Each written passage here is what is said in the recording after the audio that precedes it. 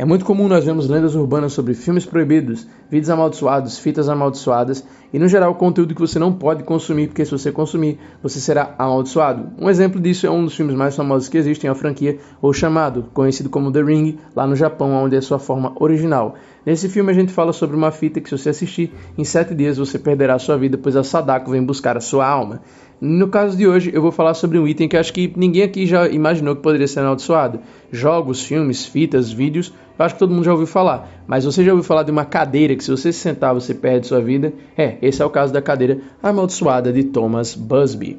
E bom, antes de contar a história, eu quero pedir que, se você for novo por aqui, você por favor se inscreva para você não perder os novos vídeos e que você também deixe um comentário aqui embaixo sugerindo algum caso bizarro ou jogo de terror, filme de terror, algum tema para a gente estar trazendo aqui no canal. Lembrando que a gente faz live quase todos os dias e tem vídeo novo todos os dias aqui no canal. Então se inscreva para você não estar perdendo nenhum dos nossos conteúdos. Mas sem mais delongas, vamos contar essa história. Thomas Busby era um homem inglês que morava em um pequeno condado e ele se casou com uma moça chamada Elizabeth. Porém, Thomas não era uma pessoa muito querida, visto que todos os negócios que ele tinha eram apenas fachada para fazer um bando de coisas ilegais, o que fazia com que ele fosse muito mal falado. Seu casamento com Elizabeth nunca foi apoiado pela família da moça, porque eu acho que nenhuma família em sã consciência vai querer que sua filha case com um cara tão problemático quanto o Thomas. O Thomas tinha um amigo chamado Daniel, e ao lado do Daniel, ele tentou abrir um bar, e ele conseguiu.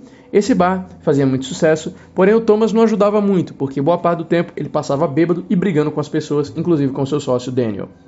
E quando não era com ele, era brigando com o sócio, era brigando com seu sogro, que morava ali perto também, e com isso ele sempre vivia nesse ciclo, e cometia vários pequenos delitos, fazia várias coisas legais, então a polícia também vivia de olho no Thomas. Após um tempo, o Thomas achou uma cadeira dentro do bar, que ele simplesmente foi com a cara dela e disse que, olha, só eu posso sentar nessa cadeira, essa cadeira é minha e eu não quero ver ninguém sentado aqui. E todo dia quase tinha uma briga por causa dessa cadeira. As pessoas com o tempo reconheceram que aquela cadeira era dele e para evitar problemas, as pessoas deixavam a cadeira vazia quando o Thomas juntava, para caso ele chegasse, ele sempre poder sentar nela e as pessoas teriam o mínimo de confusão possível, porque mesmo que ele sentasse em sua cadeira, ainda assim esse cara conseguia dar problemas.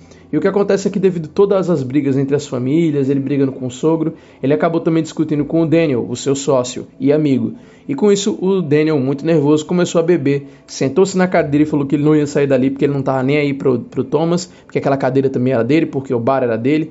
E a discussão ficou muito acalorada, as pessoas acharam que ia rolar alguma coisa a mais e começaram a comunicar às autoridades. O Thomas, então, vendo isso, saiu do local rapidamente e desapareceu, voltando apenas mais tarde com um martelo para tirar a vida do seu amigo e sócio. Após fazer essa atrocidade, Thomas simplesmente escondeu o corpo dentro de uma floresta. Ao esconder o corpo na floresta, o Thomas pensou ter feito ali um ato de gênio e que ele simplesmente ia ficar com o bar só para ele, inclusive mudando o nome do bar para agora Estalagem dos Busby, como se nada tivesse acontecido.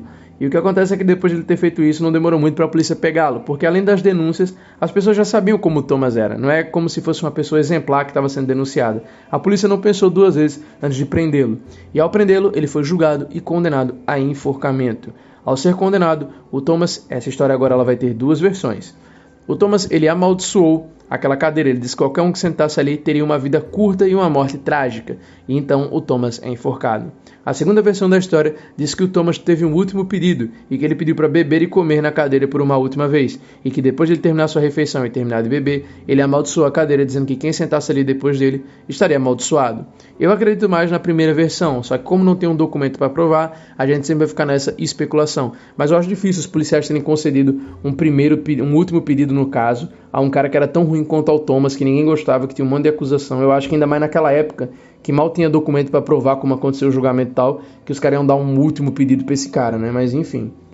E o que aconteceu é que durante todo o século XIX, desde o início onde aconteceu essa história, até o final, a gente teve, segundo as teorias, segundo as testemunhas, mais de 60 casos de pessoas que se sentaram e tiveram mortes trágicas nessa cadeira. O último deles sendo um limpador de chaminé que se sentou na cadeira e no outro dia apareceu falecido. Porém, esse limpador de chaminé rapidamente foi descartado como vítima da cadeira, porque foi dito que um amigo dele, que na verdade se tornou um rival, acabou tirando a vida dele também. Da mesma maneira que o Thomas tirou a vida de seu sócio. Esse cara teria tirado a vida dele para poder pegar o dinheiro de um seguro, alguma coisa assim que aquele pobre limpador de chaminé tinha recebido.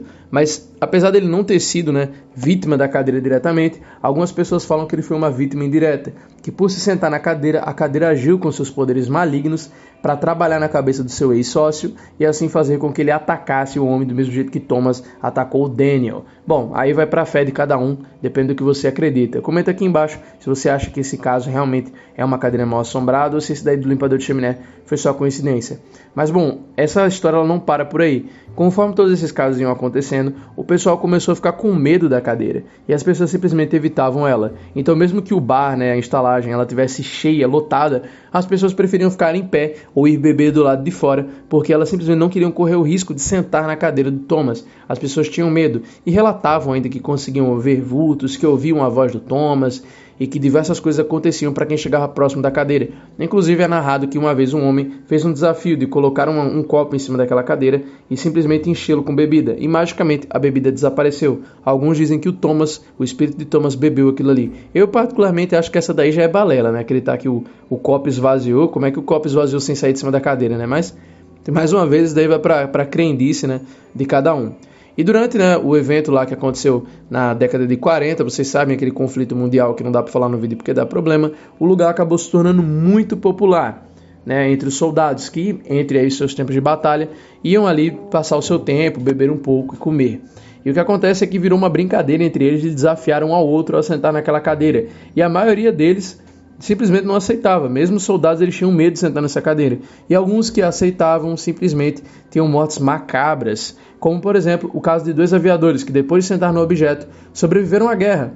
Mas assim que a guerra acabou, eles morreram em um acidente de carro, literalmente no dia seguinte ao dia D. Cara, então assim, é algo bem bizarro essa cadeira, cara? Tem alguns casos que você tem comprovação que aconteceram coisas bizarras, mas que fica naquele negócio se foi coincidência, fatalidade ou realmente obra de um espírito maligno. Até que nós chegamos então na década de 70, praticamente 100 anos depois do que aconteceu pela primeira vez, visto que a história começou no começo do século XIX e agora nós já estamos avançando no século XX e essa história da cadeira ainda está rendendo. E a cadeira, por ela ser sempre atribuída a óbitos e várias coisas, o que acontece é que as pessoas decidiram então tirar aquela cadeira e simplesmente levá-la para um museu.